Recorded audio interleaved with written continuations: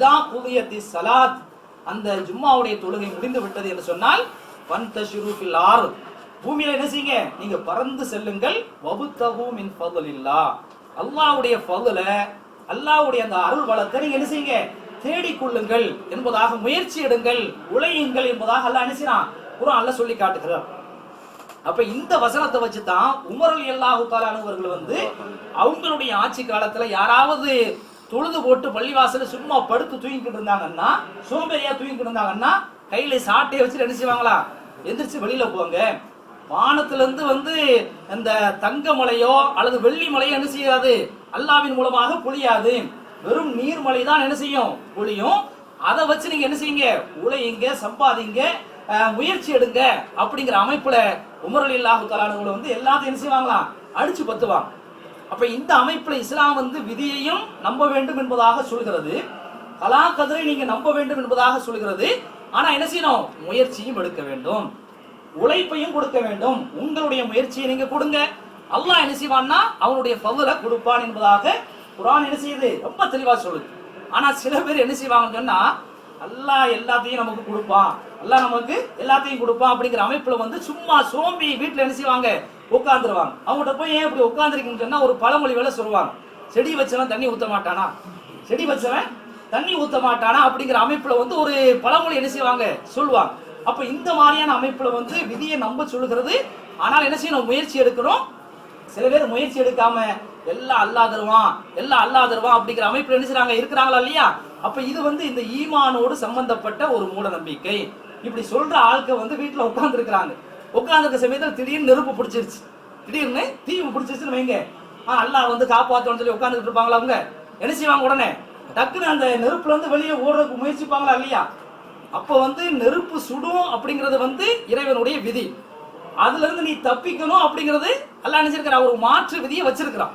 அப்ப அந்த மாற்று விதியை என்ன செய்யணும், இவன் செயல்படுத்தணும். அப்படி செயல்படுத்தாம அல்லாஹ் என்னைய காப்பாத்துவான், அல்லாஹ் எனக்கு உணவு கொடுப்பான், எல்லாத்தையும் கொடுப்பான் அப்படிங்கிற அமைப்புல வந்து இவன் உட்கார்ந்து கொண்டிருந்தான் என்று சொன்னால் இது என்ன செய்யுது, ஈமான் சம்பந்தப்பட்ட அந்த விஷயத்துல இருக்கக்கூடிய ஒரு மூட நம்பிக்கையாக என்ன செய்யுது இருக்கு. இதுக்கு அடுத்து ரெண்டாவது ஒரு விஷயங்க, இது ஈமானோடு சம்பந்தப்பட்ட ஒரு மூட நம்பிக்கை.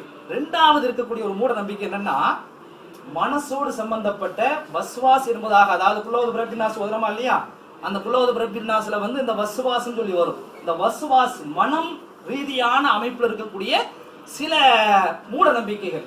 அதாவது மனசுல நம்மளா நினைச்சுக்கிட்டு இருப்போம், அதை பண்ணா அப்படி ஆயிரும், இதை பண்ணா இப்படி ஆயிரும் அப்படிங்கிற அமைப்புல ஆதம் அலைஹிஸ்ஸலாம் வந்து நினைஞ்சாங்க, அல்லாஹ் சொர்க்கத்துல வந்து நல்லா நீ நல்லா வாழப்பா அப்படின்னு சொல்லி நல்லா நினைஞ்சான், எல்லா விதமான சௌகரியங்களையும் கொடுத்து வச்சிருந்தான். இந்த சைத்தான் போய் என்ன பண்ணா, அவருடைய உள்ளத்துல ஒரு வசுவாசம், ஒரு குழப்பத்தை உண்டு பண்ணான்.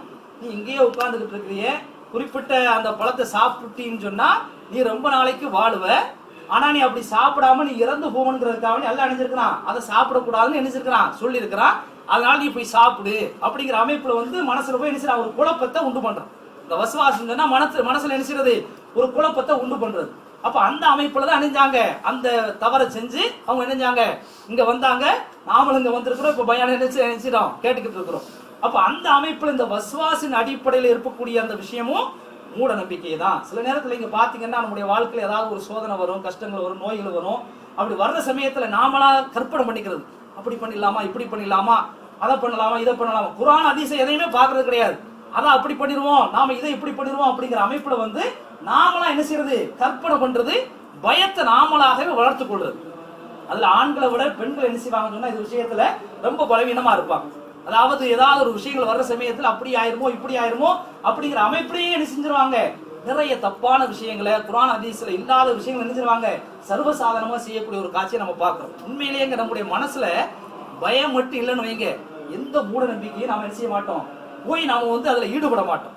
ஒரு அழகான ஒரு செய்தி, ஒரு பையன் என்ன செய்யறான்னா பள்ளிக்கூடத்துல இருக்கிற சமயத்துல இந்த இடைவேளை நேரத்துல ஒரு ஐஸ்கிரீம் வாங்கி சாப்பிடும், ஐஸ்கிரீம் வாங்கி சாப்பிட்றோம்.